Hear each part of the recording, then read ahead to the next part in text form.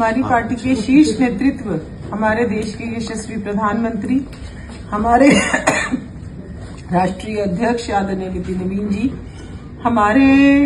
मुख्यमंत्री, हमारे गृह मंत्री आदरणीय अमित शाह जी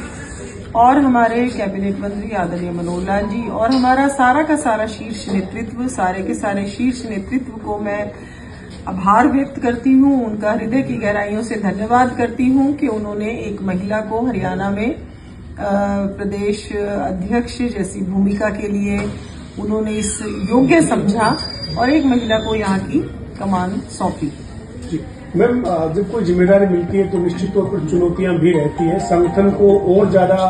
मजबूत करने के लिए, सरकार की नीतियों को संगठन के जरिए लोगों तक पहुंचाने के लिए किस तरीके से आगे बढ़ने वाले, क्या रणनीति रहेगी, क्या प्राथमिकताएं संगठन की मजबूती को लेकर अक्षमता की रहने वाली है? देखिए कि हमारी तीसरी बार भारतीय जनता पार्टी की सरकार हरियाणा में है। एज सच कोई मेरे को चुनौती तो नहीं लगती है, लेकिन कुछ क्षेत्रों में हम कमजोर हैं, जैसे कि रोहतक लोकसभा है, हमारी सिरसा लोकसभा है। उन क्षेत्रों में भी संगठन हमारा ऊंचाइयों को छू रहा है। मेरे से पहले के जितने भी हमारे प्रदेश अध्यक्ष हैं, चाहे आदरणीय मोहनलाल बड़ोली जी, चाहे नायब सैनी जी रहे, चाहे धनखड़ जी रहे, तो सभी ने बहुत मेहनत करी और संगठन को बहुत ऊंचाई तक लेकर गए। लेकिन कुछ क्षेत्रों में संगठन अच्छा है, लेकिन वो संगठन हमें जीत तक नहीं पहुंचा पा रहा।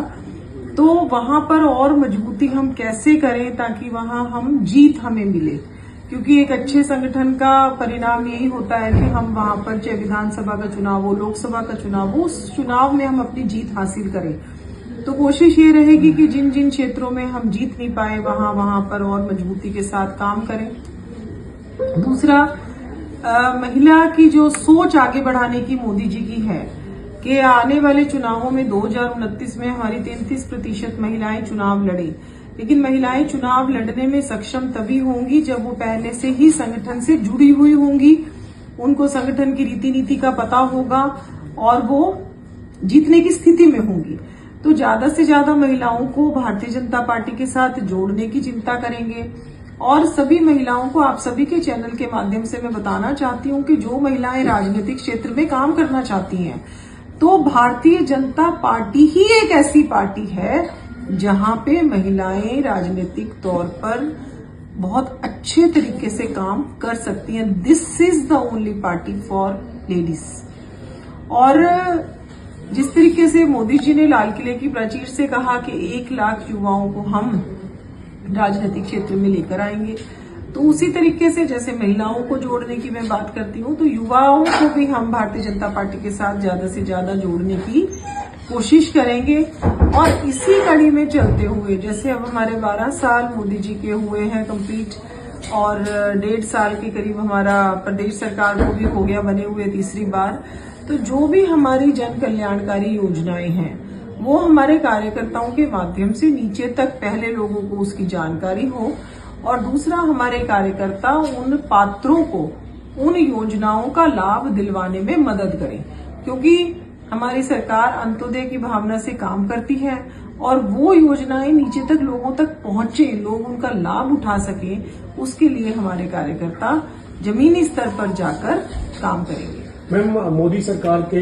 12 साल का कार्यकाल पूरा होने जा रहा है। आप पिछले दिनों प्रदेश महामंत्री की भूमिका में थी, तब एक बड़ी बैठक हुई थी, रणनीति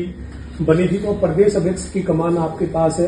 किस तरीके से 12 साल के मौके पर तमाम कार्यक्रम रहने वाले हैं कि लोगों में, कार्यकर्ताओं में किस तरीके के मैसेज को लेकर आप जा रहे हैं मोदी सरकार के 12 साल पूरे होने पर? देखिए, अब ये पूरा का पूरा जो हमारा महीना है, इसमें बहुत सारे कार्यक्रम केंद्र से हमारे पास आए हुए हैं। जैसे कि 5 जून को पर्यावरण दिवस है,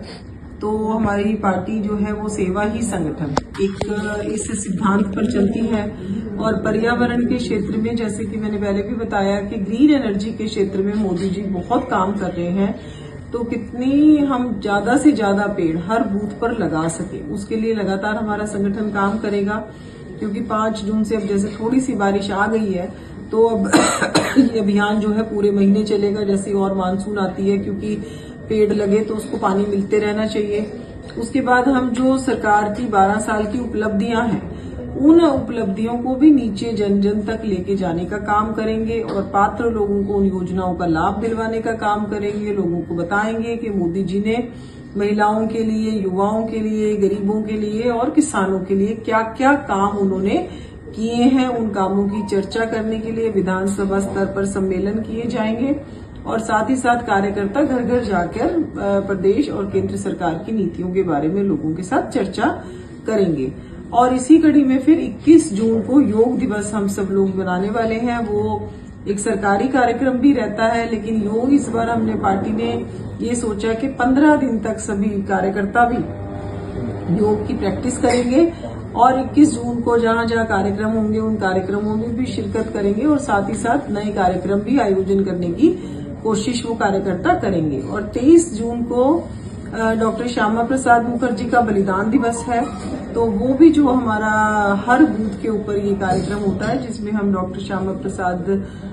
जी को श्रद्धांजलि अर्पित करते हैं कि किस तरीके से उन्होंने देश की एकता और अखंडता के लिए अपनी शहादत दी।